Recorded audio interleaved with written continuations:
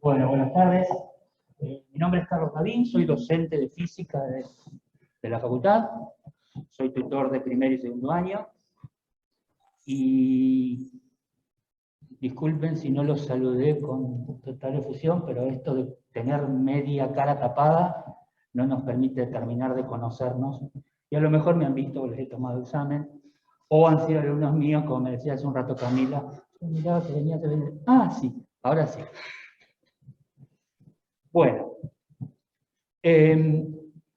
para cualquier tema, para cualquier seminario, yo tengo dos recetas de las cuales pueden elegir o pueden tomar su propio camino. Uno, leer los contenidos del seminario para ver las dudas y venir a aclararlas acá en el seminario propiamente dicho. O, una vez que terminó el seminario, rapidito, ir a casa y ver, esto era. Lo acomodo, le pongo un papelito, un sticker, un dibujito, y ya lo tengo, un tema cerrado.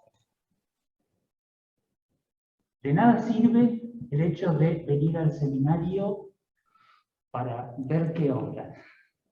Está muy bien nuestro regreso a la facultad, pero también tenemos que tener en cuenta que el objetivo nuestro es aprender, más allá del reencuentro. Entonces, para aprovechar mejor los contenidos de cualquier seminario, leer los materiales, si hay que hacer actividades previas, porque por ahí algunos docentes marcan, sí, lean determinado artículo y después en el seminario lo charlamos. Lo que nosotros planteamos es otra cosa.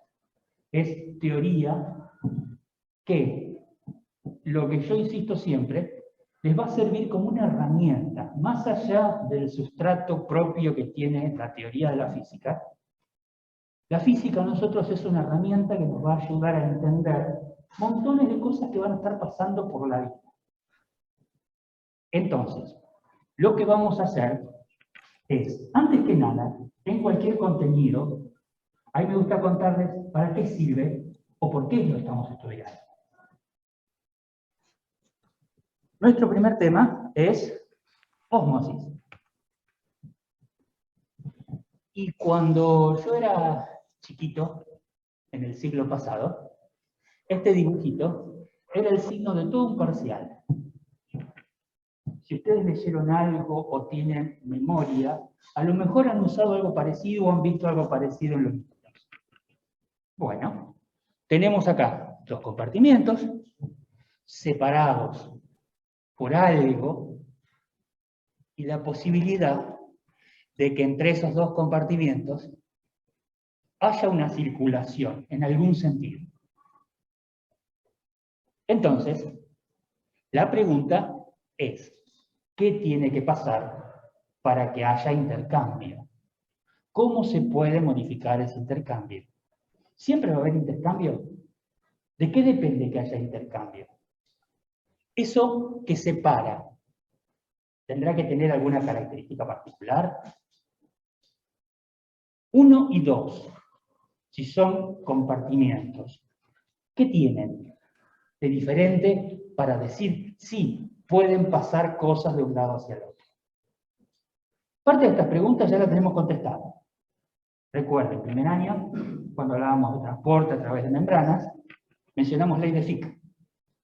Entonces dijimos que si la concentración en el lado 1 era distinta de la concentración en la 2, y esa membrana tenía una característica particular, los solutos podían atravesarla, y por una cuestión que analizamos más adelante, diciendo que eran cuestiones termodinámicas, esto iba a tratar de equilibrarse. Entonces, el soluto iba a pasar para tratar de equilibrar la concentración a ambos lados de la membrana. Otra aplicación que le dimos más adelante fue decir, bueno, pero ¿qué pasa si en esta membrana yo, además de confiar en la composición química de cada uno de los dos compartimientos, le digo que tiene una carga eléctrica? Entonces, las soluciones. Ustedes recordarán que había sustancias que cuando yo las ponía en solución se separaban. Decíamos que eran los electrolitos, como por ejemplo el cloruro de sodio, y me dejaba cargas positivas y cargas negativas dando vueltas en esa solución, y si yo le doy una cierta carga eléctrica a la membrana, eso también va a ser una fuerza que atraiga cargas de distinto nombre hacia un lado o hacia el otro de la membrana. Entonces, eso puede llegar a ser otro motor, la diferencia de potencial de la membrana, que ya lo vimos, ¿se acuerdan? Potencial de membrana, potencial de reposo, cómo con una perturbación ese potencial se podía disparar a lo que era un potencial de acción local, y si ese potencial avanzaba, era un potencial propagado. O sea, son cosas que ya hemos visto. Y este dibujito nos ha solucionado algunas de esas cosas. Bien, ahora nos vamos a encontrar con una membrana que solamente va a permitir el pasaje de agua. Entonces, el equilibrio se va a lograr a través de diluir la solución que esté más concentrada para encontrar ese equilibrio termodinámico o ese equilibrio que nosotros estamos buscando. Antes lo hicimos, sí, nos ayudaba a hacerlo con pasaje de soluto, entonces el soluto se movía para igualar concentraciones. En este caso, que es el tema de la próxima reunión que vamos a tener, que es ósmosis. Pero para hablar de ósmosis necesitamos recordar algunos conceptos previos, como por ejemplo, lo que es la osmolaridad. Esto de la osmolaridad lo único que hace es completar un bache que nos había quedado del año pasado, que es cuando vimos soluciones, dispersiones, mencionamos que había una posibilidad de medir las soluciones, la relación entre el soluto y el volumen de la solución, a eso lo llamábamos concentración, y que la concentración se podía medir en distintas unidades, todas ellas ligadas a la manera en la cual yo medía el soluto. Y así, la primera que vimos fue molaridad. Dijimos, hay una cierta, si tiene una solución, tiene una cierta osmolaridad, quiere decir que tiene una cantidad de osmoles por litro de solución. Hicimos algunos problemas, que los tienen ustedes resueltos en el campus. En el campus tenemos dos instancias. Toda la teoría y la parte de problemas, que eso lo escribí yo hace un par de años. Y por otro lado tenemos un Power guiado con vos, que lo completó otro de nuestros compañeros de la cátedra. Entonces, ya tenemos dos materiales para consultar. Con respecto a osmolaridad también. Tenemos la teoría escrita en el cuaderno del alumno, y están los Power de osmolaridad y pH, que son un poquito más desarrollados que los que vamos a ver hoy acá. Y acá lo vamos a hacer un poquito más rápido, como para que tengamos idea de por qué estamos estudiando osmolaridad y el concepto. Toda la teoría del soporte la tienen que estudiar ustedes, y eso está, ya les digo, en el cuaderno del alumno, y está también hecha con un Power guiado por vos en el mismo cuaderno, en la plataforma. Entonces, por esto es que necesitamos saber soluciones y concentraciones, porque son los posibles motores para que se produzca el intercambio entre los compartimentos. Tema que algunos ya pueden haber estado leyendo. Estos compartimentos, nos vamos a referir a los compartimentos líquidos del organismo. Vamos a hablar que hay parte del agua, esa agua que está incorporada, hay parte que la tengo dentro de la célula, y parte afuera. La que está afuera está en distintos lugares, como por ejemplo, lo que podemos pensar como intersticio, o una organización un poquito más compleja lo que es el agua es todo la tubería esa que estudiamos en trabajo y tiempo libre, que es todo el circuito cardiovascular. Entonces, por esto es que necesitamos saber lo que es osmolaridad. Vamos a charlar algunas cositas muy simples. Les digo, todo esto que yo estoy charlando va a ir bastante rápido porque lo tenemos todo escrito, muy parecido a esto, en el cuaderno del alumno como teoría y si no el PowerPoint en la plataforma. Recordar lo que es número de Avogadro. Número de Avogadro es una cuestión que usamos en química para hacer referencia a conjunto de unidades. Un número, por ejemplo, una docena, sabemos que son 12. Una centena, sabemos que son 100.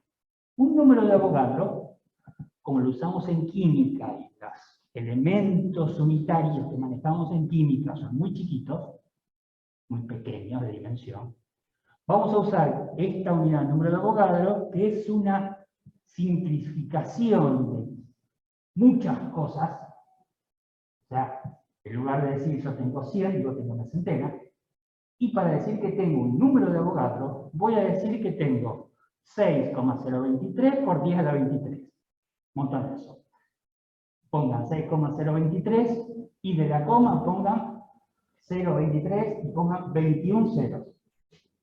Y empiecen a separarle a 6, y eso nos da trillones de cosas. ¿Qué cosas? Por ejemplo, entes de la misma especie. Y 6,023 por 10 a la 23 especies es lo que nosotros llamamos mol.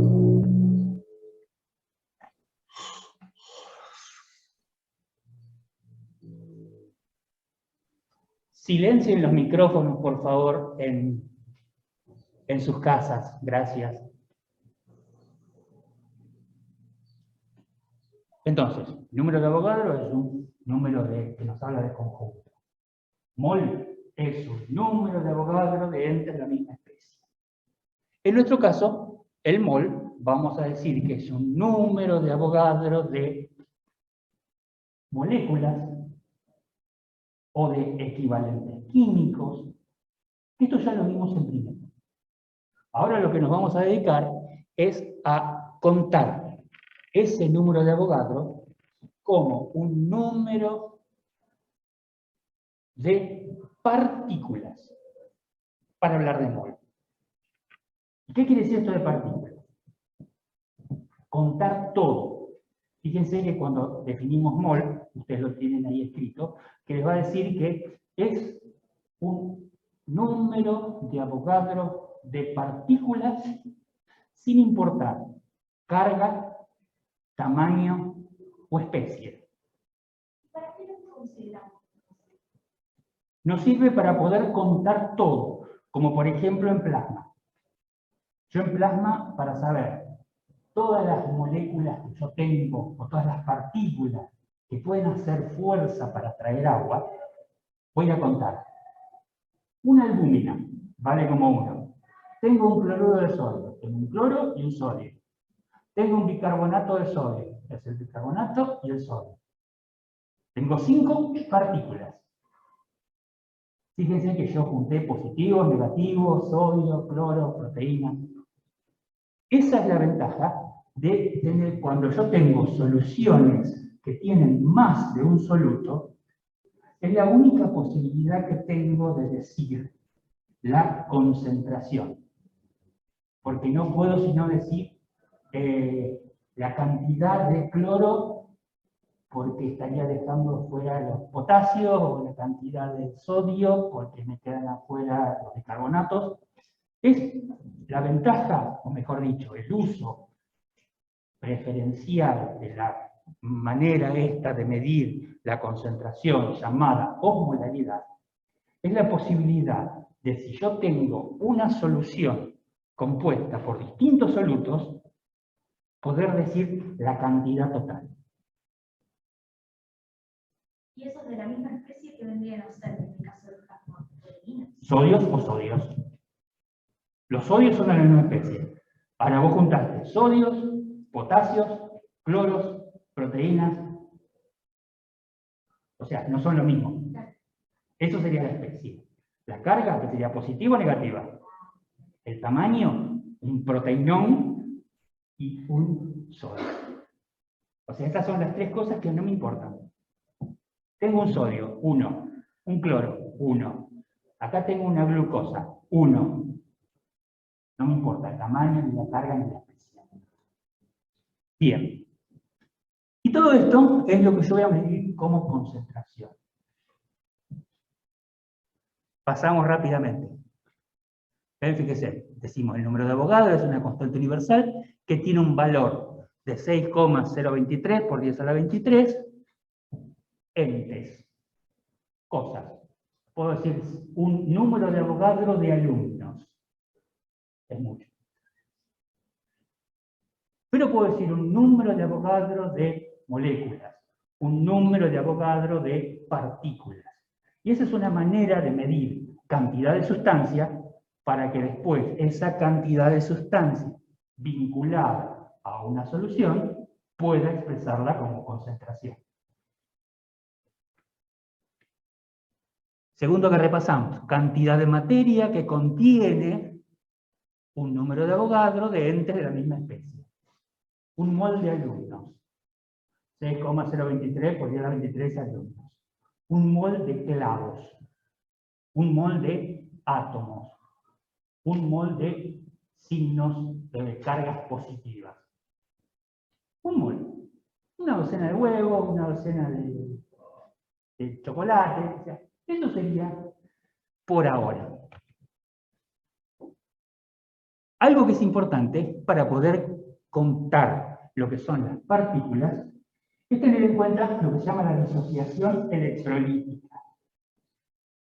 ¿Qué quería decir esto? Cuando yo pongo una partícula en solución, una molécula en solución, tengo la posibilidad de que, de acuerdo al tipo de enlace químico, que no nos interesa demasiado en este momento, esa partícula, esa molécula, se disocie en dos partículas o en tres partículas. Y puede ser que esa molécula en solución acuosa no se disocie. Entonces, eso que yo voy a tener me va a dar, el proceso se llama disociación electrolítica. Y lo que yo voy a obtener es la cantidad de partículas que me brinda cada molécula. Por ejemplo, fíjense lo que tenemos acá. Para el cloruro de sodio, me da en la disociación acuosa un sodio y un cloro. O sea que una molécula me da dos partículas. Para el sulfato de sodio se disocia por un lado el sulfato y por otro lado dos átomos de sodio. O sea que me da tres partículas. ¿Qué vamos a concluir acá? Que la disociación electrolítica es característica de cada soluto. O sea que es una cosa que yo tengo que analizar. Y cuando vayamos a la parte del problema, vamos a entender por qué.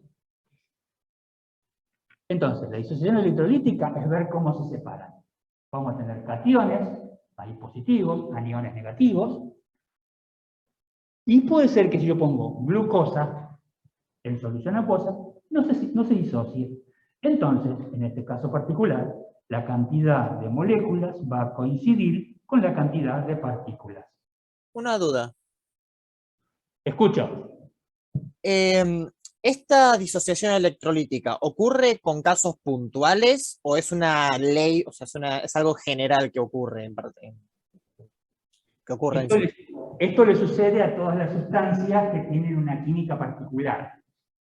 Sin meternos en los enlaces químicos, vamos a decir que hay soluciones como las moléculas, como las sales, los ácidos fuertes, las bases fuertes, que en solución acuosa se separan.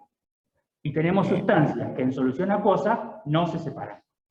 ¿Es importante conocer cuáles son este tipo de sustancias o algo más general ya estaría bien? Es conocer que existen ambas, Bien. sustancias electrolíticas y no electrolíticas. Después, si tenemos que hacer algún planteo o algún ejercicio, vamos a obtener, o sea, vamos a ponernos a investigar un poquito más. Y si es un problema propuesto por nosotros, vamos a ver que esa disociación electrolítica va a estar planteada. Genial, O sea, gracias. esa ecuación, cloruro de sodio disociado en un sodio más un cloro, te lo vamos a dar como una ayuda para que no andemos evaluando cosas de más. Sino saber eso. A partir de una molécula obtengo dos partículas. Y si les gustan los spoilers, esta idea de que una molécula me da dos partículas para el cloruro de sodio, tiene un nombre particular. Se llama constante I de Van Hoff. La vamos a ver más adelante. Por ahora, es decir, cuando vimos soluciones en primero, ni la nombramos. Ahora ya sabemos que esa S2 para el cloruro de sodio o S3 para el sulfato de sodio que está abajo, se llama constante I de Van Hoff. No es nada más que la cantidad de partículas que obtengo de la disociación de una molécula. Lo más simple que tenemos. Después vamos a ver para qué se usa. Entonces, esto es lo que es la disociación electrolítica. Sulfato. Sulfato de... Sodio. Bueno, ¿por qué no se El separa? sulfato es una entidad propia, una entidad única, que químicamente no se separa. Son excepciones. El sulfato, el bicarbonato, el fosfato. Solución ya sabíamos lo que era. Era una mezcla de una sustancia en poca cantidad, que la llamamos soluto, en una de mayor volumen, que la llamábamos solvente. En el apunte de primero también hicimos un análisis de qué podía ser. Si todo tenía que ser agua como solvente, o si el solvente podía ser algún otro tipo de sustancia en otro estado de agregación. Y tenemos distintos ejemplos planteados de posibles soluciones. Entonces, una solución, lo que necesitamos recordar es que está compuesta por un soluto y un solvente, que se llaman fase dispersa y fase dispersante. Concentración, ¿qué es? Es la medida, es la relación que hay entre la cantidad de soluto y el volumen de solución. Y las distintas posibilidades de expresar la concentración van de la mano de la forma en la cual yo mida la sustancia. Ya vimos, cuando yo tengo una cierta cantidad de moles, cuando lo refiera a un litro de solución, voy a hablar de su molaridad. Ahora vamos a introducir el concepto de osmolaridad. Y bueno, ¿qué es un osmol? Volvemos a retomar los conceptos estos previos. Un osmol es la cantidad de partículas que contiene un número de Avogadro. Y la osmolaridad es la cantidad de osmoles presentes en un litro de solución. O sea que no hemos innovado nada en relación a lo que ya sabíamos. Y acá les recalco esto, que la osmolaridad es la manera adecuada para expresar la concentración total cuando yo tengo una solución compuesta por distintos solutos. Por esta misma razón. Es decir, después vamos a ver por qué necesito conocer esas osmolaridades o por qué necesito conocer la composición de ese medio. Recuerdan que yo les dije que en el próximo encuentro vamos a hablar de algo que se llama ósmosis. Bueno, yo contaría la cantidad de partículas que tengo de un lado versus la cantidad de partículas que tengo del otro. Donde haya más partículas, va a haber más fuerza para traer agua. Entonces, para poderlas contar todas, yo necesito independizarme de la especie, de la carga, del tamaño. Entonces digo, de este lado que tengo 104 proteínas, más 32 sodio, más 32 cloro, más 25, más esto, y sumo todo. Y eso es lo que me permite la osmolaridad. Porque si no, yo con las otras maneras de expresar la concentración, no puedo llegar a una concentración total.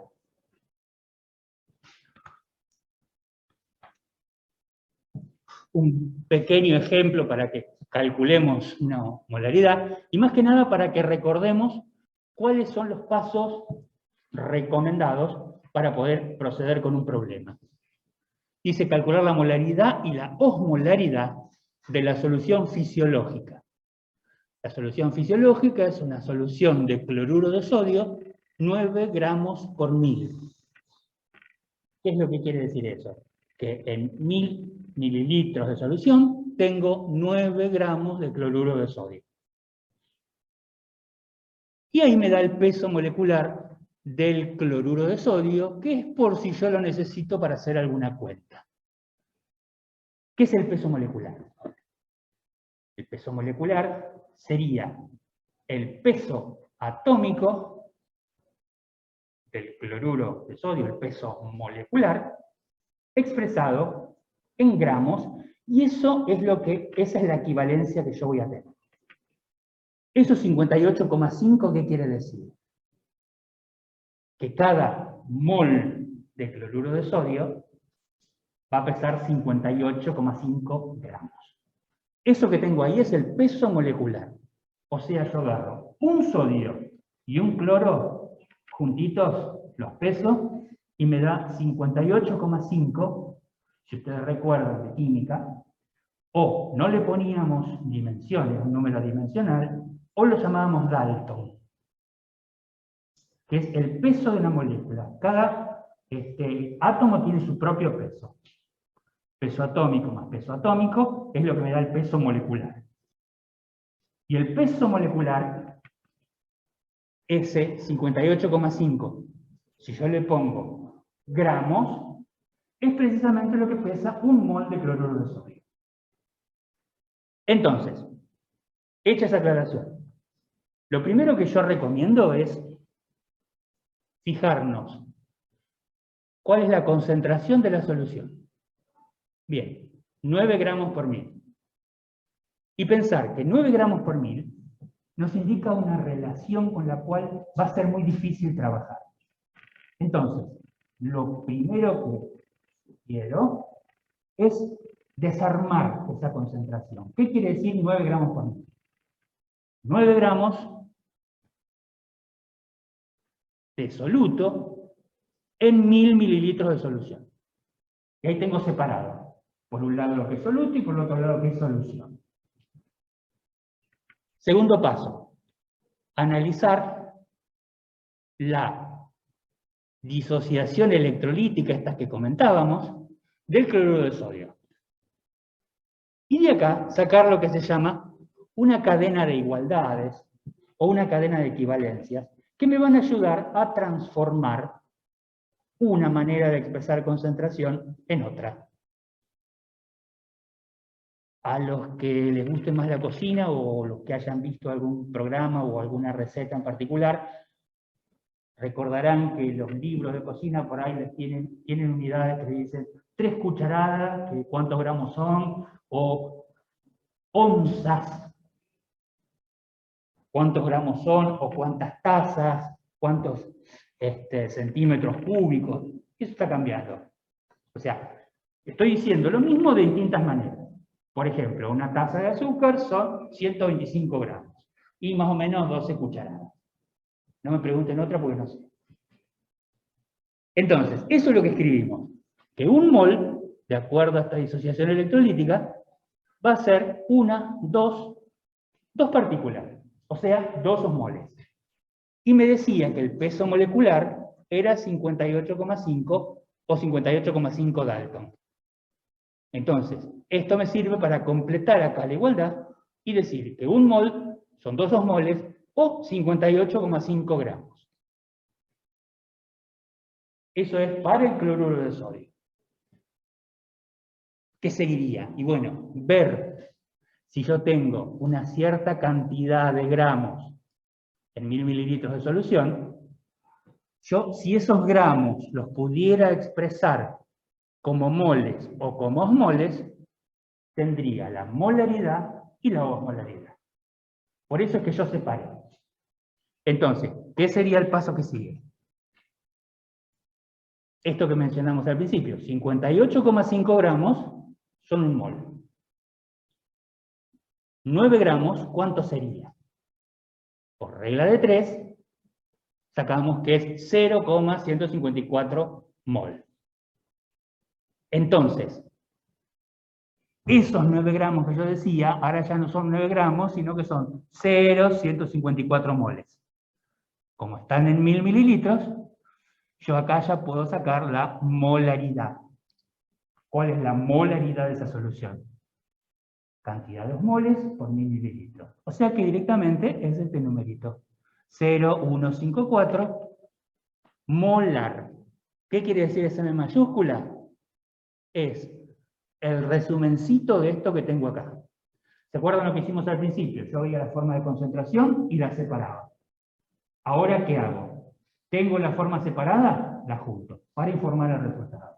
Y si no, este informe está correcto. Es lo mismo llegar hasta ahí. Después, de la misma igualdad donde sacamos lo anterior, tenemos que 58,5 gramos son 2 osmoles. 9 gramos, mágicamente, si esto es el doble, acá es el doble. 0,308 osmoles. Entonces, 0,308 osmoles en 1000 mililitros, que es el volumen de solución que teníamos, nos da que la osmolaridad de esa solución es 0,308. Nótese que este 0,308 es muy parecido al 0,300 de la osmolaridad plasmática. Por lo tanto, este suero fisiológico es el que nos pone en terapia intensiva a los fines de poder hidratar de alguna manera. Y después ya vamos a ver por qué tiene que ser igual y no puede ser solamente agua pura. Por esto de los movimientos que yo les contaba de sustancias. Mientras más parecida sea la sustancia que yo esté poniendo, menos desastre voy a hacer. Entonces, ¿qué es lo que vamos a seguir viendo? Este es un problema simple. Y las cosas se complejizan un poquito.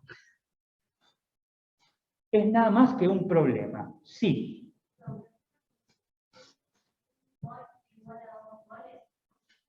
Para el cloruro de sodio, sí. Para el cloruro de potasio, también. Pero si la solución tuviera, por ejemplo, lo que vimos ahí, sulfato de calcio o alguna cuestión, yo tengo que plantear la disociación electrolítica, como la planteé abajo, ¿se acuerdan de la primera diapositiva? Yo tenía sulfato de sodio, me da 3 partículas. Entonces tendría que ver, en la cadenita esa de igualdades, yo tendría que decir que unos mol son 3 partículas, y después calcular, o ver de la tabla de elementos químicos, poder calcular el peso molecular sumando un azufre, 4 oxígenos, 2 sodio. Y eso me da... Profe, sí. yo tengo otra duda, sí, para entender bien el concepto de osmol. Para poder calcularlo, ¿tenés que sumar los diferentes, las diferentes moléculas que conforman a la... A la molécula. Sí, o sea, Las diferentes partículas. Las diferentes partículas, sumarlas, y esa es la cantidad de osmoles que posee. Osmol. Que tengo, o sea, que cada molécula da. Sí. Y vos tenés dos moléculas de cloruro de sodio, vas a tener 4 osmoles. 4, claro. Esa sería la relación. Maravilloso, bien, gracias. Bien, después, nos dice acá, este problema también lo tienen resuelto en el material y en el Power explicado está un poquito más detallado. ¿Qué es lo que tenemos que hacer? Dice, ¿cuál es la molaridad de una solución formada por 500 mililitros de solución de glucosa al 5%, a la que se le agregan 20 milímetros de cloruro de sodio al 20% y 30 mililitros de cloruro de potasio 1 molar? Y la indicación que nos da es no despreciar el volumen aportado por las soluciones electrolíticas. Nos da el peso molecular del cloruro de potasio y el peso molecular de la glucosa. Y acá este problema está hecho precisamente para poder certificar o para poder darnos cuenta de que es la única manera que yo tengo de calcular la osmolaridad total cuando tengo mezcla de solutos. Porque acá fíjense, yo si lo pienso como partículas que hacen fuerza, en ese momento como partículas que forman una concentración, ¿puedo sumar un cloro más una glucosa? No.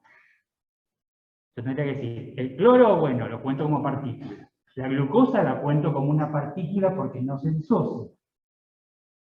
Entonces, como idea general de este problema, lo van a ver ya bien detallado, yo acá se los cuento, después vamos a avanzar un poquito más rápido. Pero yo tengo una solución de glucosa, 500 mililitros, de los cuales le agrego una solución de cloruro de sodio y una solución más de cloruro de potasio. En base a la definición de solución, yo sé que con cada cosa que agrego, estoy agregando una cierta cantidad de solutos, glucosa, cloruro de sodio y cloruro de potasio, que me va a dar una cantidad total de osmoles. Y por otro lado, que cada una de estas soluciones va a aportar una cierta cantidad de agua que me va a dar un volumen total. Con este volumen total y esta cantidad total de osmoles, es que yo tengo construido una nueva solución, que es a la que tengo que calcularle la osmolaridad.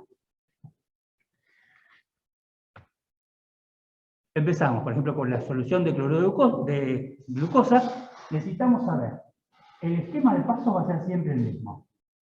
Ver cómo es la solución, leo la concentración, la desarmo, a partir de ahí veo la disociación electrolítica, y acá se lo aclaramos, la glucosa es un no electrolito, por lo tanto, un mol es 1 osmol, y esos 180 gramos que me indica acá el peso molecular. Y el trabajo es el mismo. 5%. ¿Qué quiere decir? Que en 100 mililitros de solución hay 5 gramos. Pero yo tengo 500 mililitros de solución. Por lo tanto, voy a tener un total de 25 gramos. O sea que ya sé que tengo 500 mililitros de solución, el volumen. Y por otra parte tengo 25 gramos de glucosa. Esta glucosa, expresada en gramos, yo lo que tendría que hacer ahora es transformar esos gramos en osmoles, basándonos en esa disociación que tenemos planteada ahí, y encontrar, por fin, que en 180 gramos, yo digo, es un osmol, esos 25 gramos de glucosa que están acá son 0,139. Por lo tanto, con la solución 1, yo agrego 500 mililitros de agua con 0,139 osmoles, no me importa de qué, partículas. Lo mismo hacemos con la solución 2 y lo mismo hacemos con la solución 3. ¿Qué tendríamos que hacer ahora entonces? Sumar la 1, la 2 y la 3. 500 mililitros con una cierta cantidad de osmoles, 20 mililitros con una cierta cantidad de osmoles y 30 mililitros con una cierta cantidad de osmoles. Volumen total, 550 mililitros. Cantidad total de osmoles, 0,337. Y acá ya tengo establecida la relación. Pero para poder expresarlo como molaridad, por definición, yo tengo que es la cantidad de osmoles por litro de solución. Entonces, hacemos una nueva reglita de 3. Si en 550 mililitros yo tengo 0,337, en 1000 mililitros tengo 0,613. Entonces, acá sí tengo los dos números que necesito para poder hablar de osmolaridad. Esta solución total, o sea, esta mezcla de soluciones, tiene una osmolaridad total de 0,63, 0,613, o decir que la osmolaridad de esta solución es 0,613 osmolar. Para que se queden tranquilos, no son las cosas que yo suelo preguntar en un examen. Pero, es decir, esta es la justificación, ¿sí?, que tenemos para decir que ven cómo puedo contar todas las partículas que estaban expresadas de distinta manera. Para decir que hay un total de partículas en esta solución, ¿qué es lo que me va a servir para avanzar? Diciendo que estas partículas son las que van a hacer fuerza para traer agua, y eso es lo que yo necesito. Partículas. Te escucho. Cuando pasa de 550 a 1000, que aumenta la cantidad de osmoles, o sea, se agregaría, bueno, 445 mililitros. No estás agregando nada. Estás teniendo una relación. ¿Qué es lo que se soluciona una regla de 3? Las reglas de 3 son simples, no nos gustan porque es matemática, pero es lo que hacemos siempre. Que somos 12 en el asado de esta noche. ¿Cuánto compro? 6 kilos. Hicieron una regla de 3. Medio kilo por persona, hicieron esa transformación.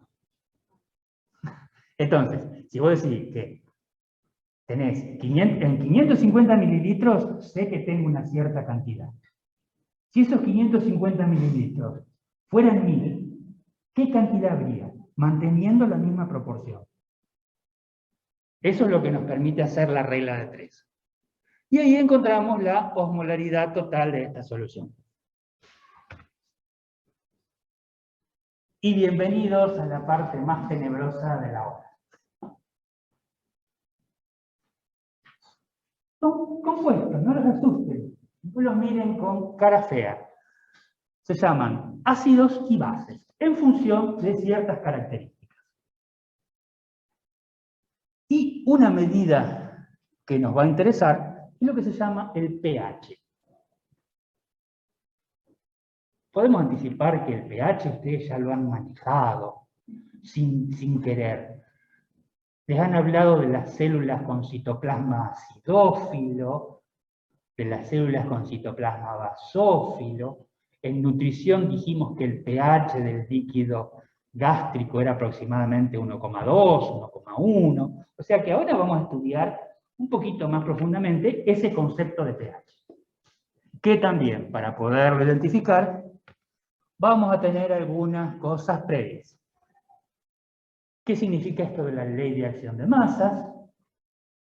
Principio de Le Chatelier, una noción de ácidos y bases, lo que significa ser anfótero, lo que es neutralizar, que es algo que ustedes a lo mejor han hecho en la secundaria, que es la combinación de un ácido y una base que nos da una sal. Y nos daba agua. Ácido más base es sal más agua. Eso a lo mejor lo hicieron, si no, es una cuestión fácil de entender. Es reubicar moléculas. Y por último, un estudio breve del agua para poder entender esto que representa el pH. Ley de acción de masas. ¿Ustedes se acuerdan que en química planteamos mucho las reacciones como sustratos y productos? Si la reacción es reversible, podemos decir que una cierta cantidad de A más una cierta cantidad de B me da una cierta cantidad de C más una cierta cantidad de D. Es lo que decíamos. Por ejemplo, en neutralización. Yo mezclo un ácido con una base y me da sal más agua. Eso es una reacción química. O como las reacciones químicas que ustedes estudiaron cuando vieron fotosíntesis. ¿Se acuerdan que juntábamos agüita más dióxido de carbono? Y eso me daba glucosa más oxígeno. Esos son productos sin reacción. Esta reacción de la glucosa es irreversible en esta situación que yo la planteo de la fotosíntesis. Ahora, acá tenemos una posibilidad de que esa reacción sea reversible, escrita de esa manera. Dos sustratos me dan dos productos. O la posibilidad de que si esta reacción es reversible, estos se conviertan en los sustratos y obtener los productos. Estas reacciones tienen en cuenta la posibilidad de que se lleven a cabo con una cierta velocidad. No nos perdamos acá.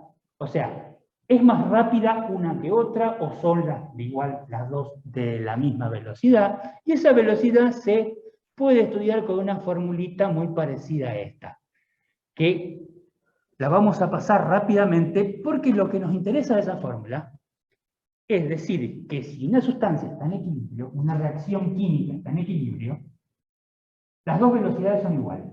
O sea que le da lo mismo ir para un lado que para el otro. Y a partir de ahí vamos a sacar una constante como el cociente o la división de esas dos velocidades que estábamos calculando antes, que se llama constante de equilibrio. Y la constante de equilibrio es el producto de los productos, o sea, la multiplicación de las concentraciones de los productos sobre las concentraciones de los sustratos multiplicados.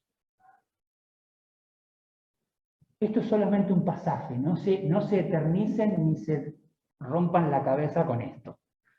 O sea, vamos a tratar de ver qué quiere decir esto de la constante de equilibrio. Me da una idea de la velocidad de la reacción y de la relación que va a haber entre productos y sustratos.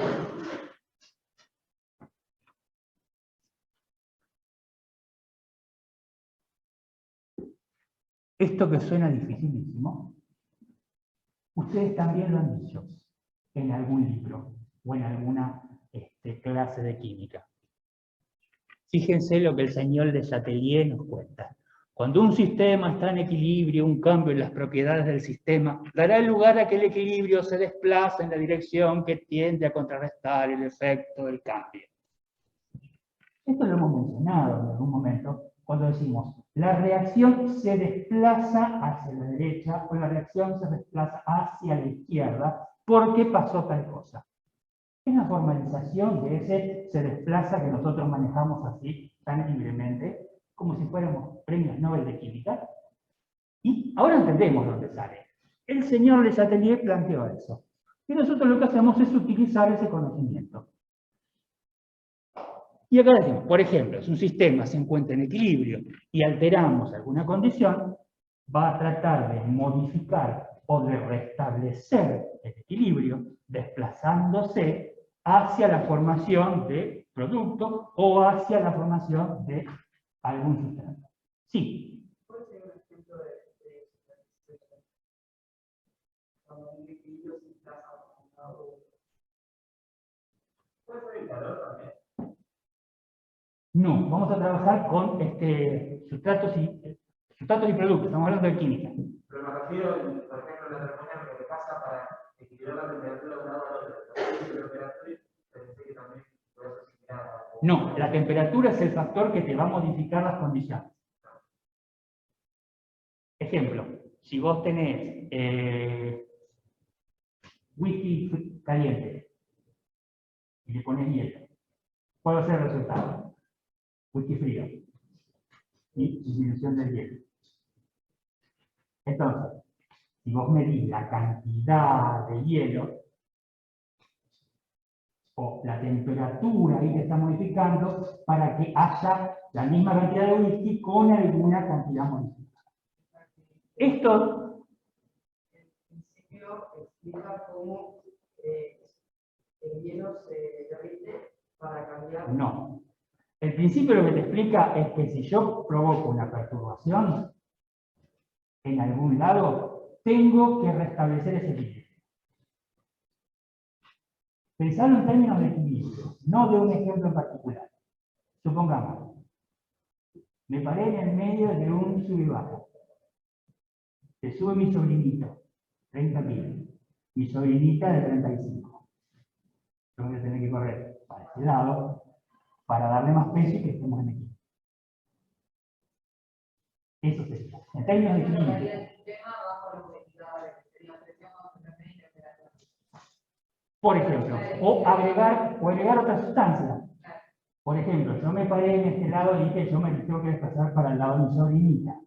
Pero si acá mi sobrinita se sube otra y son 20 kilos más, se produjo un cambio en el sistema. Entonces me tengo que correr para el lado de mi sobrinito para restablecer el equilibrio. Entonces, ese sería el desplazamiento hacia un lado. Cuando lo vean con ejemplos concretos se van a dar más cuenta mejor. Y ahora vamos a ver algunas cosas de esas que quiere decir se desplaza. Entonces, la intención que tiene el Chatelier es decir que si un equilibrio se ve perturbado, el sistema trata de restaurarlo, produciendo un desplazamiento hacia la formación de un producto o hacia la formación del otro. Ácidos y bases. A lo largo de la historia de la química ha habido montones de teorías en relación a cómo definir un ácido o cómo definir una base. La mayoría está asociada a la posibilidad de ceder hidrógenos al medio o de ceder oxidrilos. Dicho de otra manera, el ácido, al ceder hidrógenos, también podría recibir oxidrilos. O una sustancia que yo llame como base puede ceder en una solución. Fíjense que yo hago una disociación electrolítica, ¿no? Hago el hidróxido de sodio en agua, me da sodios y oxidrilos. Esta sustancia que cede oxidrilos o que deja oxidrilos libres se llama base.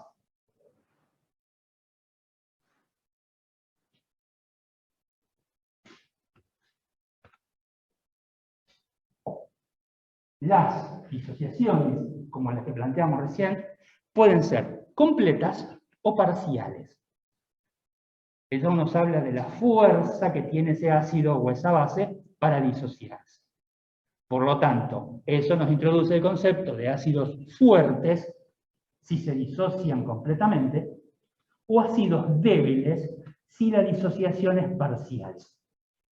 Y esa disociación parcial es la que me va a decir que Le Chatelier va a tener que investigar ahí qué pasa. Porque vamos a tener moléculas juntas, una molécula completamente armada, y una cantidad de partículas disociadas. Si yo de alguna manera introduzco más moléculas,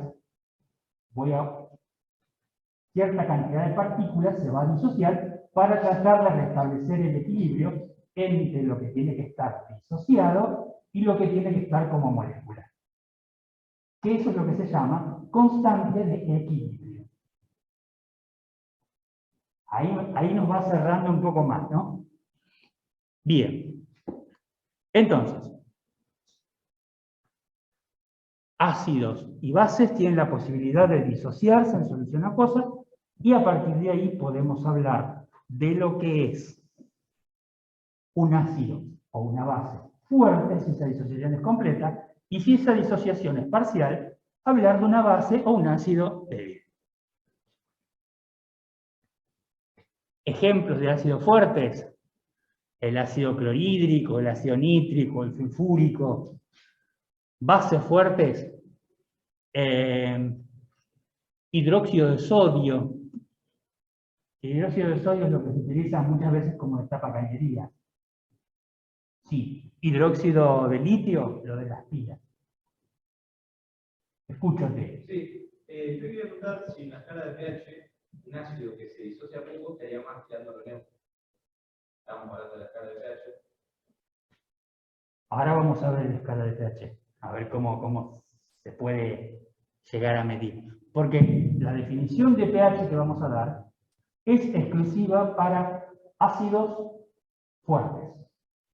Para ácidos débiles tenemos que hacer una modificación en la fórmula que la vamos a hacer más adelante. Sí. La definición de ácido fuerte también aplica a que la reacción va a ser irreversible cuando se disocie.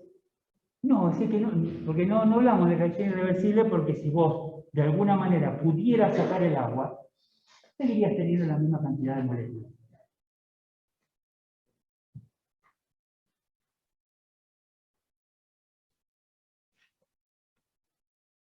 Y ejemplos de ácidos débiles. Por ejemplo, ácido carbónico, ácido fosfórico, que esto los vamos a mencionar más adelante cuando veamos regulación de pH. Los ácidos débiles van a aparecer nuevamente ahí. Y bases débiles están muy asociados a compuestos vinculados a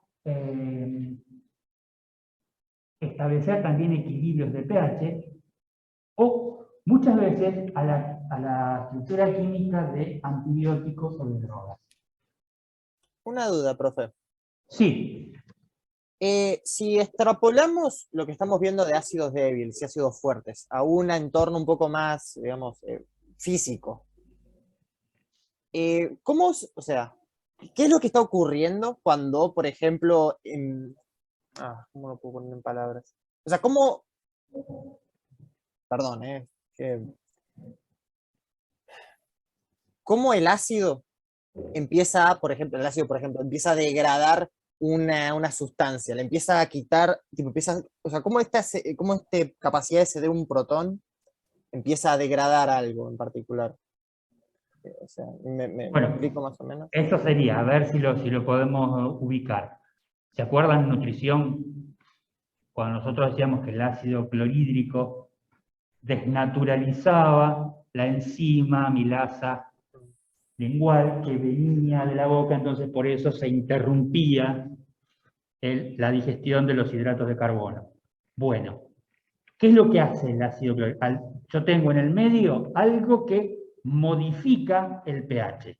Entonces tenemos sustancias que las proteínas, fundamentalmente, cuando están en un medio muy ácido, el exceso de protones trata de cubrir los lugares, esos sitios de uniones, por ejemplo, que hayan determinado una estructura terciaria o una estructura cuaternaria. Porque es más fácil de sostener en el tiempo. Si yo tengo la enzima, por ejemplo, que tenga un puente disulfuro, tengo una cadena con un azufre en un lugar, otro azufre, y esa cadena se arquea y se juntan los dos azufres, yo tengo un puente disulfuro, lo que voy a obtener ahí es una estructura terciaria. De acuerdo. Pero si yo tengo hidrógenos libres en el medio, esos hidrógenos van a ir a tratar de tapar la mayor cantidad posible de lugares y ese puente disulfuro se rompe. Con lo cual, la enzima esta pierde su funcionalidad. O, si yo tengo una proteína y la cantidad de ácido es mayor, incluso puedo destruir los enlaces peptídicos. Y esa es la manera en la cual tenemos de degradar. Qué poca nutrición estudiamos. Eso también sería el mecanismo por el que se, digamos, destruye por hidrólisis, ¿no? Sí. Por hidrógeno. Con una cantidad mínima, vos a lo mejor lográs la desnaturalización. O sea, que la proteína esa con estructura cuaternaria o terciaria se te transforme en una cadena de aminoácidos. Y si es más fuerte, podés llegar a destruir los enlaces peptídicos.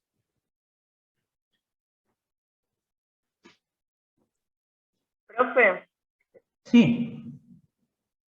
si me preguntan cómo obtengo el pKa de un ácido fuerte, no se puede obtener el pKa de un ácido fuerte porque se disocia totalmente, ¿no? No se puede obtener.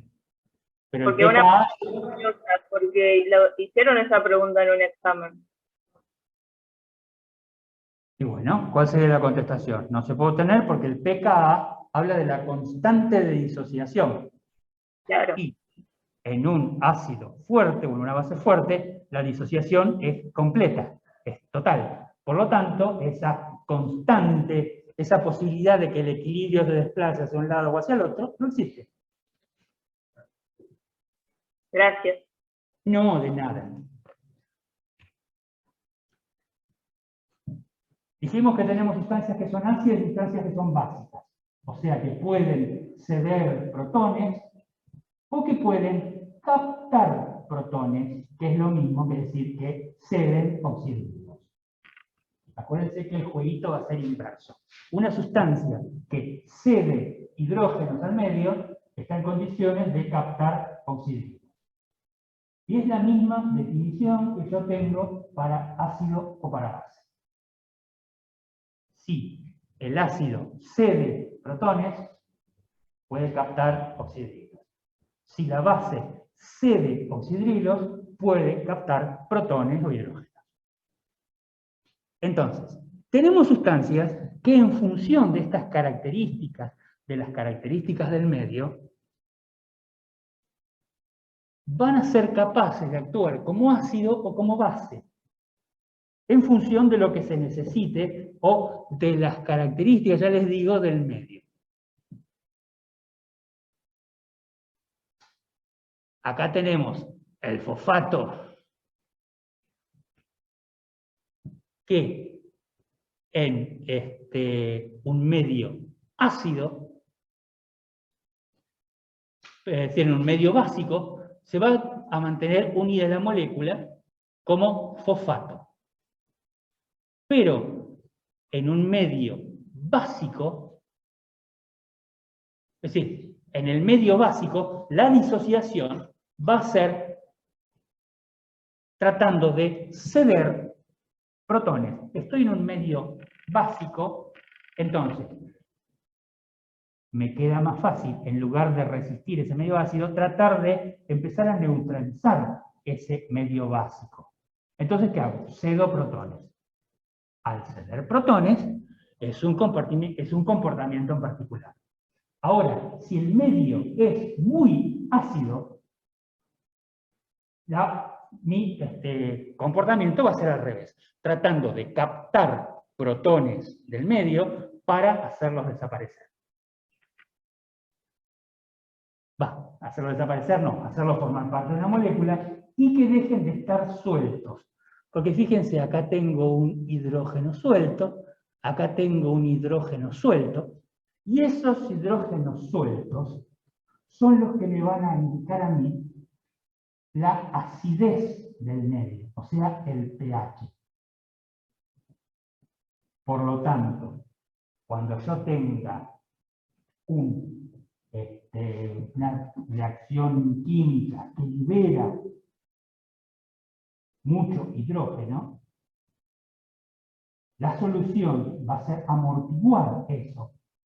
Y ya lo vamos a ver sobre el final del cursado. O sea, tratando de reacomodar moléculas, como en este caso, para sacar hidrógenos del medio.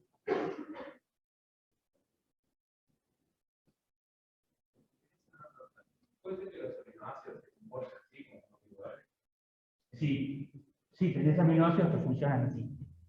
Y si no, tenemos que fabricar algo que se llama mezcla reguladora o buffer o regulador fisiológico, tampón, que reacomodando moléculas yo saco hidrógenos o agrego hidrógenos.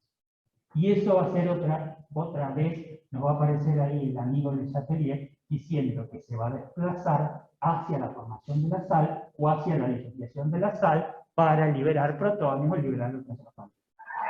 Esto falta un tiempo y es lo que vamos a ver en la unidad 6 recién. Profe, una pregunta. Diga.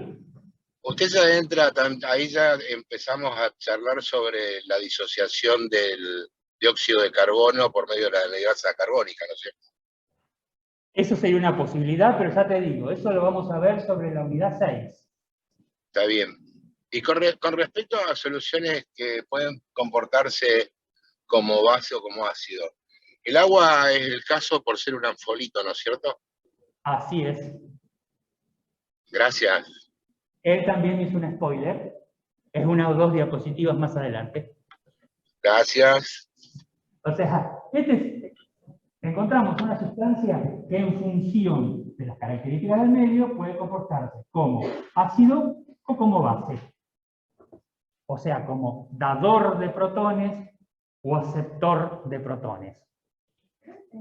Yo en el cual para mí me decía que es un protón, y decía que es una partícula subatómica, porque no puede existir libre, porque es como un átomo de luz.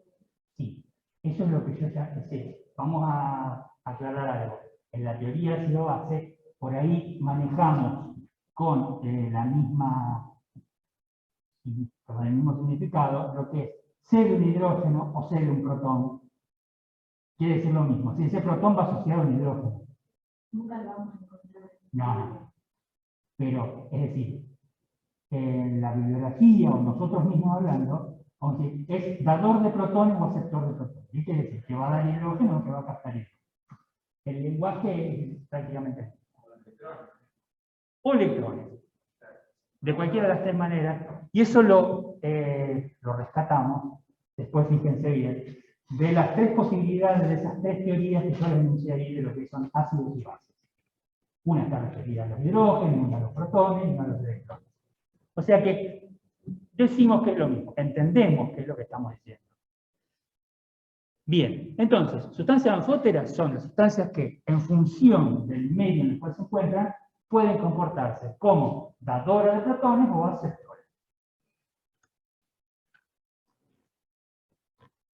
Y esto es lo que mencionábamos. Una neutralización.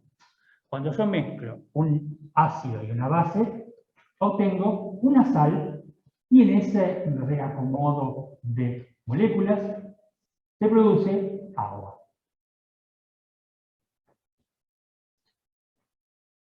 Puede ser que las cantidades que yo esté mezclando sean iguales y se dice que tengo una neutralización completa. Ahora, si yo tengo más, por ejemplo, ¿qué podemos decir? Ácido clorhídrico que hidróxido de sodio, yo tengo el doble de ácido clorhídrico que de hidróxido de sodio, se va a neutralizar solamente la mitad del ácido clorhídrico. Entonces, como producto, ¿yo qué voy a tener? Supongamos, tengo un cloruro de sodio más 2 hidróxidos de sodio.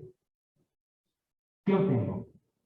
El resultado va a ser un cloruro de sodio, una molécula de agua y un hidróxido de sodio que me sobra. El ejemplo típico sería decir, ¿qué hacemos? Es decir, me sobró fiambre, me sobró pan. Eso quiere decir que la neutralización no es completa. Sí. Entonces, por ejemplo, cuando el carbonato y el hidrógeno se, digamos, forman el ácido carbónico y después se disocia en agua y dióxido de carbono, ahí no se estaría neutralizando. Entonces, porque el dióxido de carbono no es una No, la neutralización es en el ácido carbónico, en el medio. Que tampoco ahí tenés mezclada una sal y un ácido, es una única molécula. Vos tenés el ácido carbónico que se puede escindir con un protón formando bicarbonato más hidrógeno. O podés tener bicarbonatos que cuando yo los combine con hidrógeno me van a dar ácido carbónico. Pero ese ácido carbónico se dice que es volátil. O sea que es no quiere decir que vuele, sino que es muy difícil de que la molécula esa se mantenga unida. Entonces que es como un pasaje. Y se forma directamente dióxido de carbono y agua. Claro, si se neutralizara sería estable. Pero no tenemos una sal y un ácido. Cuando hablamos de neutralización, hablamos de una sal y un ácido. Entonces, eso es, el ácido más la base nos dan una sal más agua. Si las cantidades son equivalentes, se produce la neutralización total. Si no, hay una neutralización parcial, y que también esa neutralización parcial la vamos a recuperar y nos va a servir cuando hablemos de mezclas reguladoras.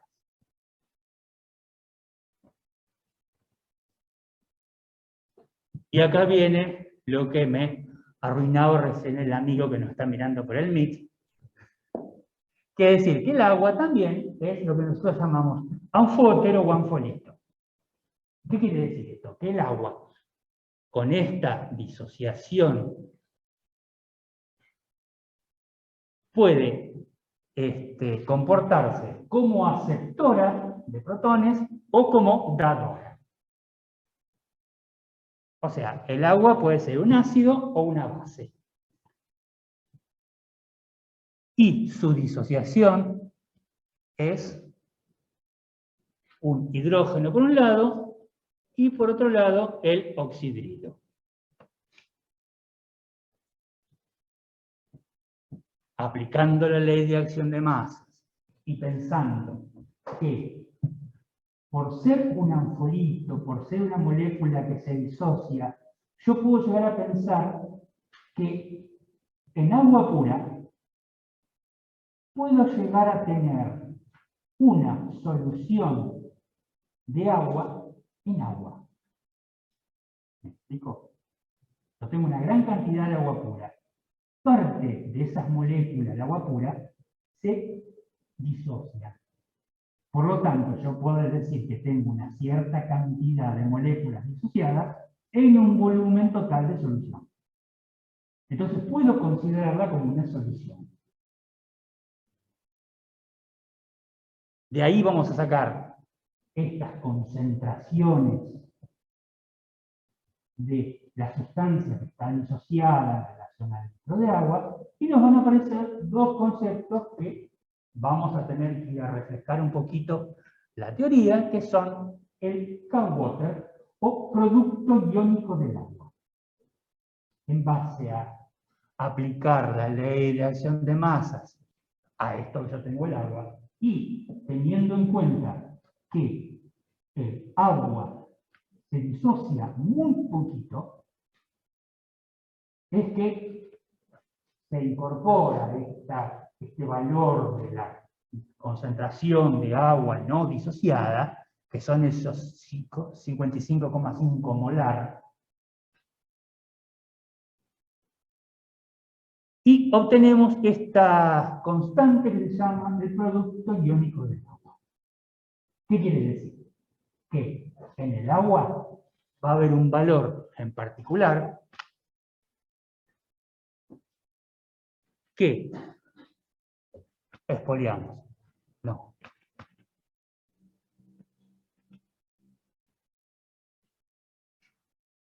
El producto iónico del agua es 10 a la menos 14.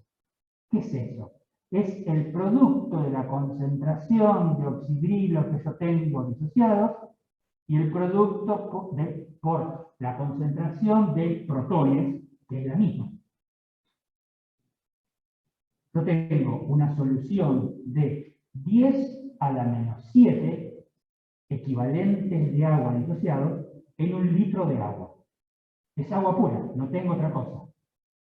Entonces, puedo medir esas concentraciones, concentración de hidrogeniones disueltos, o protones, 10 a la menos 7, equivalente litro. O puedo medir la concentración de oxidrilos, y como son la misma cantidad, que es 10 a la menos 7 por 10 a la menos 7, será 10 a la menos 14. Y ese es el valor de lo que llamamos producto iónico del agua.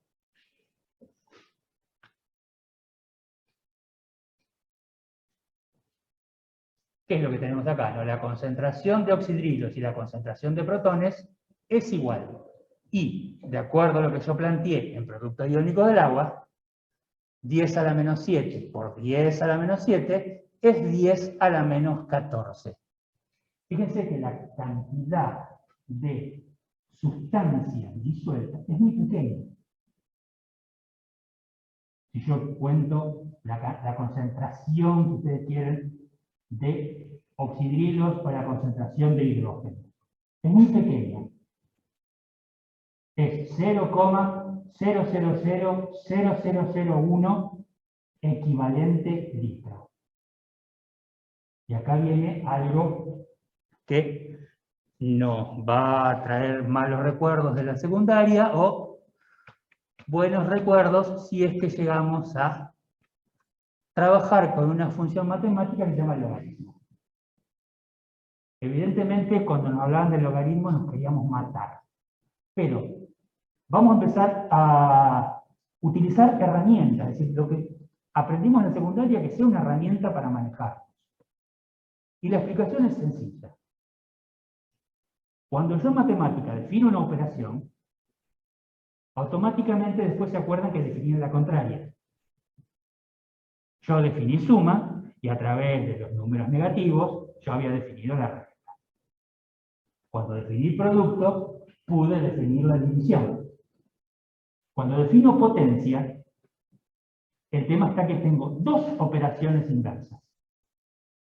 Una es la radicación y la otra es la logaritmación o el logaritmo. Tenemos tres números. Un número que se llama base, un exponente y un resultado. Con esos tres numeritos podemos jugar. ¿Y cómo hacemos?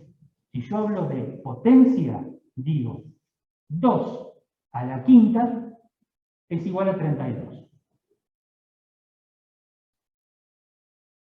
Si yo hablo de radicación, digo que la raíz quinta de 32 es 2.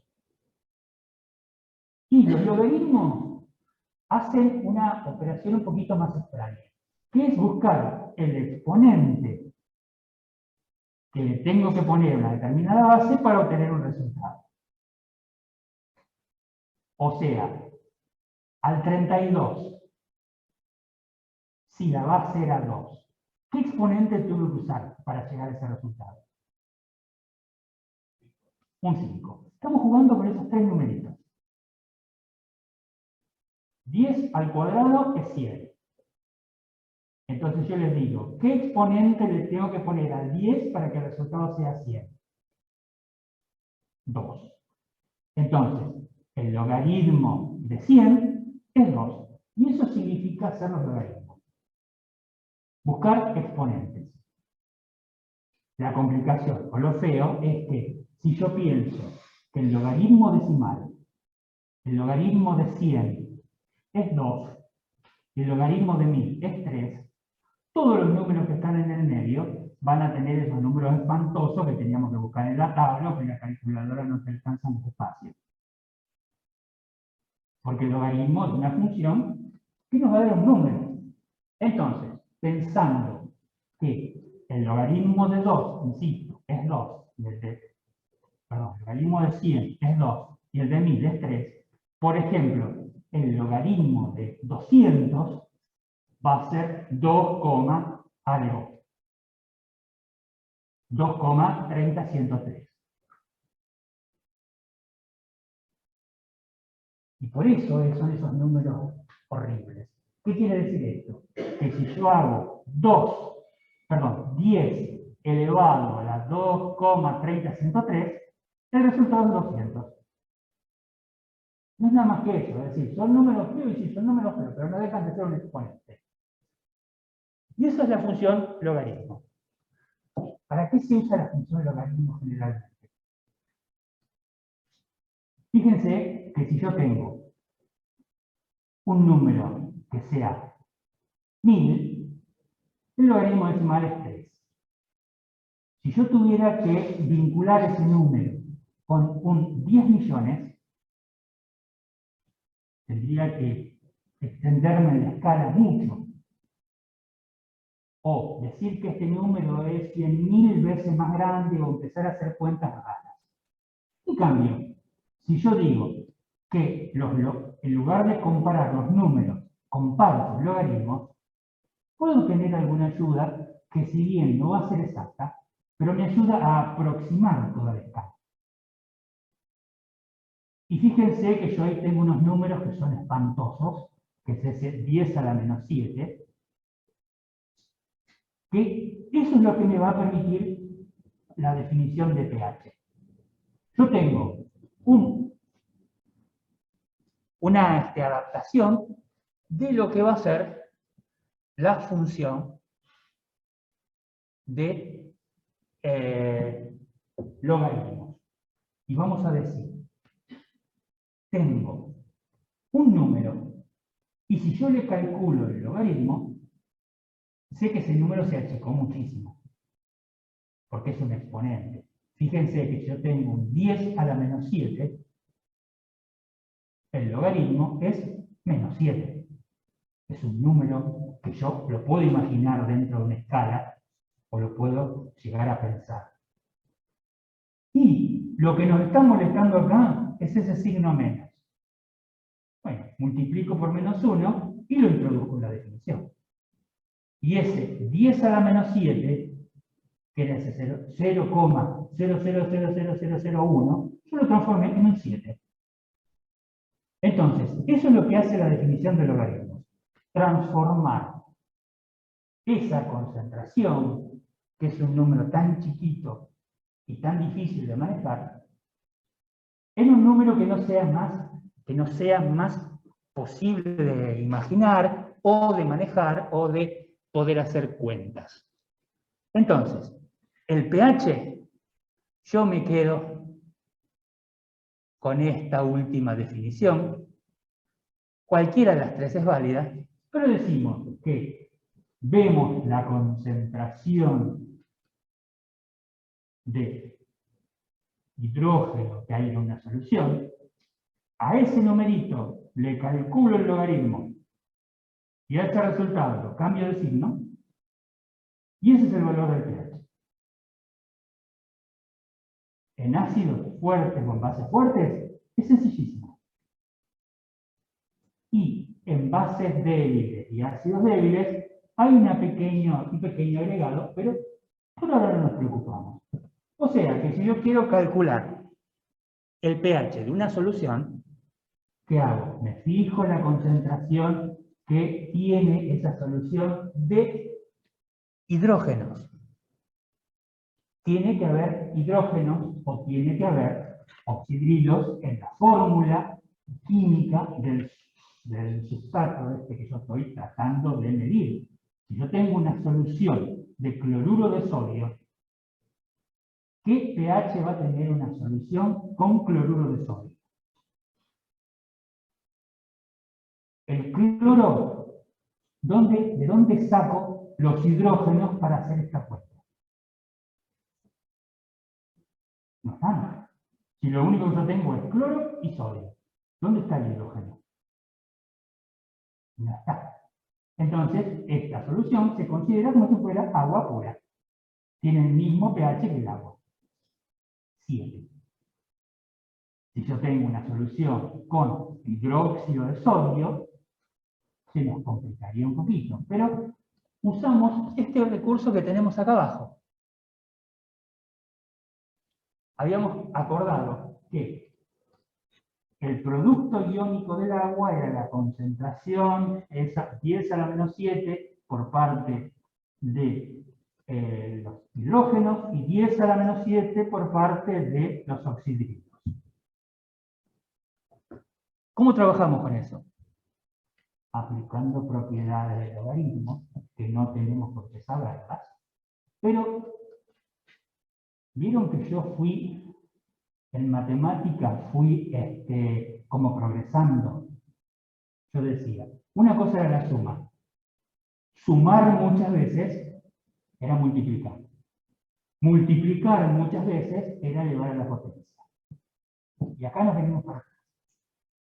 Cuando yo tengo un producto entre dos números, el logaritmo de ese producto, volviendo para atrás, es igual a suma. Entonces, el producto iónico del agua, que era 10 a la menos 14 o KW, 10 a la menos 7 por 10 a la menos 7. Si yo le aplico logaritmo a estas dos cosas, para facilitar, o sea, para que me quede más fácil de leer, ¿qué me queda? 10 a la menos 14, calculo el logaritmo, y tengo un producto. O sea que con esta regla que yo les decía de volver para atrás, si yo tengo un producto y le tengo que calcular el logaritmo, calculo el logaritmo por separado y sumo. Un ejemplo simple. Logaritmo de 10.000. 4. Es lo mismo que decir el logaritmo de 10 por el logaritmo de 1000. O sea, logaritmo de 10 por 1000, que sería logaritmo de 1 más logaritmo de 1000. 1 más 3, 4. Logaritmo de 1.000.000 es el logaritmo de 1000 por 1000. ¿Qué hago? Calculo el logaritmo de 1.000.000 vale 6. Logaritmo de 1000 vale 3. Logaritmo de 1000 vale 3. Sumados me dan 6. O sea, esa es la propiedad que usamos. En los logaritmos, cuando... ¿Se acuerdan? Esto de las propiedades hace referencia a lo que tenemos a lo mejor más de uso más cotidiano, que decíamos, el producto es conmutativo, la suma se puede conmutativa, esas propiedades que tienen las operaciones. Bueno, una de las propiedades de los logaritmos es esta. Si yo tengo un producto, el logaritmo de ese producto es igual a la suma de los logaritmos de cada uno de los factores. Cualquier cosa lo repasan o lo charlamos mejor en alguna cosa. Sí.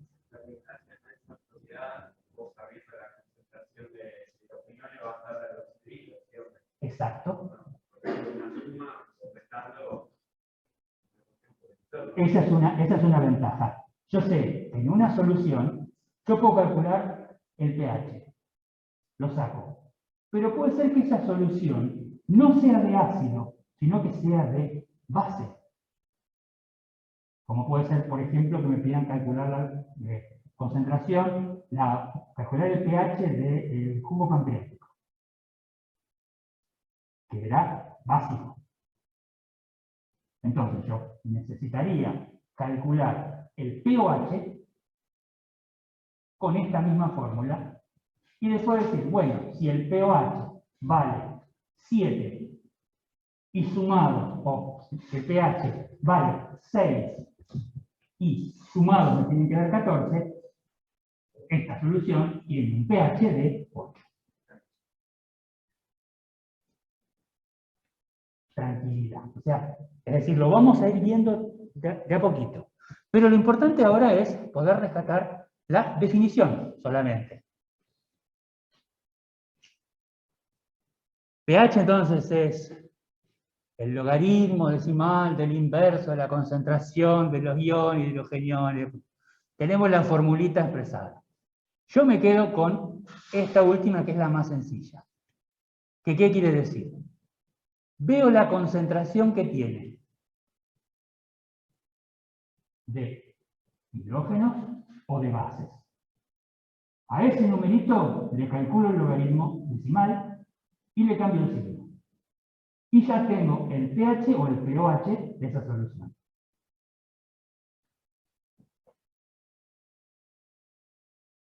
Y trabajando con esto, es esa conclusión que recién el compañero sacó, que si el pH y el pOH suman 14, yo conociendo uno, puedo conocer el otro.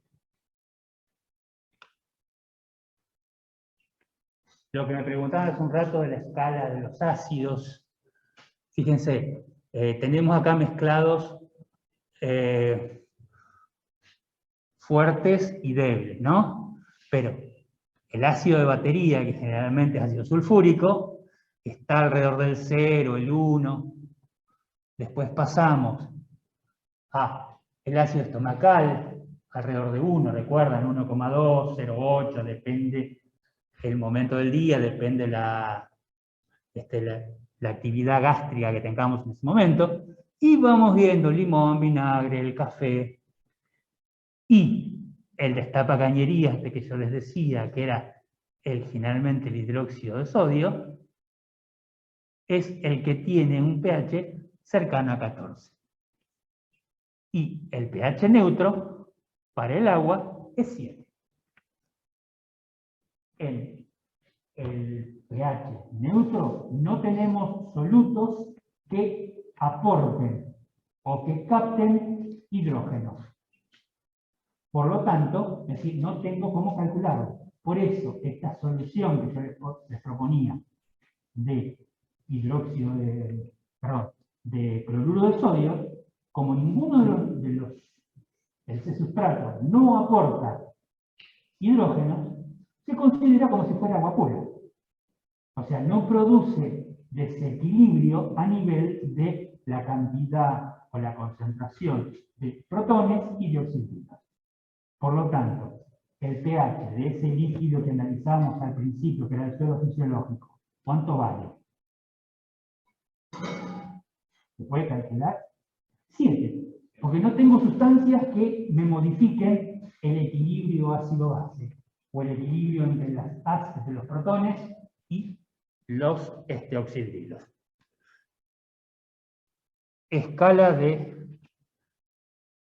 Y un mínimo ejemplo. Algo que no mencionamos es que para poder calcular el pH, la concentración de hidrógeno y oxidrilo debe estar expresada en equivalente litro. ¿Se acuerdan qué era equivalente? Lo repasamos así muy despacito. Que era la cantidad de cargas positivas o negativas que se intercambiaban o que se ponían en juego en la disociación electrolítica. Que es una de las cuestiones que nos faltó agregar en la cadena de igualdades esa del principio. No la agregamos sencillamente para no complicar y porque no la vamos a necesitar para esos cálculos. Pero, por ejemplo, pensemos, el cloruro de sodio. Dijimos, un mol son 2 partículas, o sea, 2 osmoles, y 58,5 gramos. Otra cosa que podríamos decir es que el cloro y el sodio en la disociación dejamos libre o una carga positiva, o una carga negativa, o un par de cargas. Cualquiera de las 3 cosas que yo cuente me da 1. Entonces, un mol de cloruro de sodio decimos que es un equivalente químico de cloruro de sodio. Y de esa manera es que tenemos que tener medida la concentración de la solución para poder calcular lo que es el pH. Un ejemplo nomás como para redondear. La concentración de hidrógeno del contenido gástrico alcanza 30 miliequivalentes litros a los 160 minutos de una comida. Calcular el pH en esa situación. Bueno, decimos que la solución tiene 30 miliequivalentes litros. Entonces yo tendría que decir la cantidad de equivalentes que son. Acá es solamente un corrimiento de coma, como ustedes se acuerdan que teníamos que hacer. Si lo tenemos medido en metros, lo puedo contar en milímetros. Si lo tengo medido en metros, lo puedo contar en kilómetros. Y es una cuestión de correr la coma, como decíamos en matemáticas. Entonces, la equivalencia sería decir que 30 miliequivalentes, es decir, que son lo mismo 0,030 equivalentes. Y ese 0,030 yo transformé los miliequivalentes en equivalentes y acá tengo la expresión adecuada de la concentración que me va a permitir calcular el pH. Sencillo. A ese 0,030. Calculadora, el logaritmo, y le cambio el signo. Y ese es el valor del pH del líquido o del contenido gástrico a los 160 minutos. Piensen que estamos en plena digestión, ese pH es 1,52.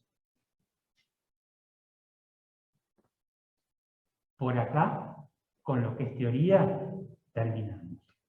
La próxima reunión vamos a analizar un poco más esto que yo les decía del cambio de la fuerza que van a tener los compartimientos para que el agua pase para un lado o para el otro. Eso es lo que vamos a conocer como ósmosis. Y ahí vamos a introducir unos nuevos conceptos que van a ser basándonos en esto, en lo que es osmolaridad. Por eso es que recurrimos a la manera de expresar la concentración de un compartimiento como osmolaridad, porque es la que me permite contar todas las partículas que están dando vuelta.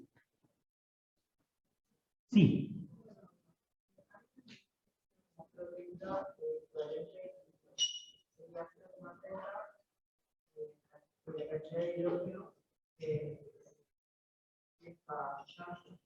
Sí.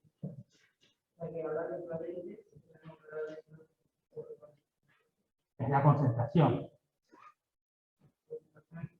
O sea, que yo en un litro de jugo gástrico voy a tener 30 miliequivalentes de hidrógeno y por otro lado, si yo lo pienso, voy a tener 30 miliequivalentes de cloro. El cloro no me interesa, porque no me aporta modificaciones al pH. Cuando el cloruro, el ácido clorhídrico, está disociado del estómago, voy a tener una cierta cantidad de cloro, que lo descarto, no me sirve, y una cierta cantidad de hidrógenos. Esa cantidad de hidrógenos va a ser la misma cantidad de los cloros.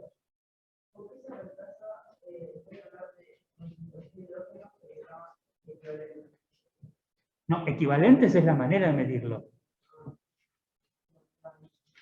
Es la forma, ¿te acuerdas que yo hace un ratito les contaba que una manera más de poder medir la cantidad de sustancia es a través de la cantidad de cargas que intercambian?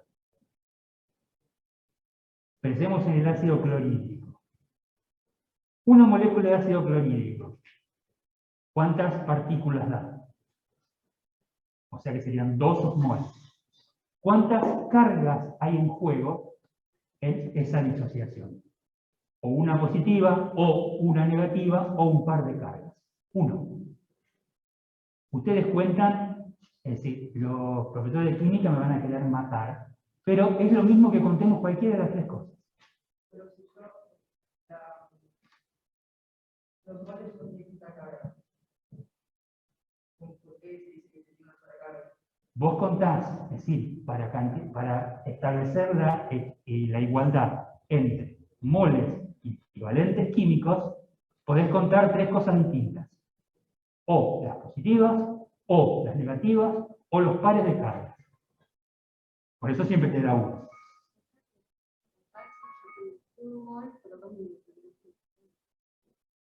Dos equivalentes. Y con el cloruro de calcio tengo 3 partículas.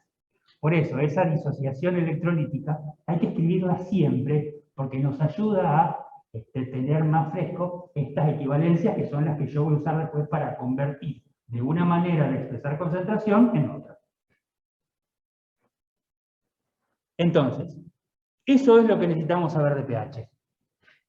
Lo de soluciones y osmolaridad, espero que haya quedado bastante claro, y si no, ya les digo, el PowerPoint que está en la plataforma está con esta misma bochillona.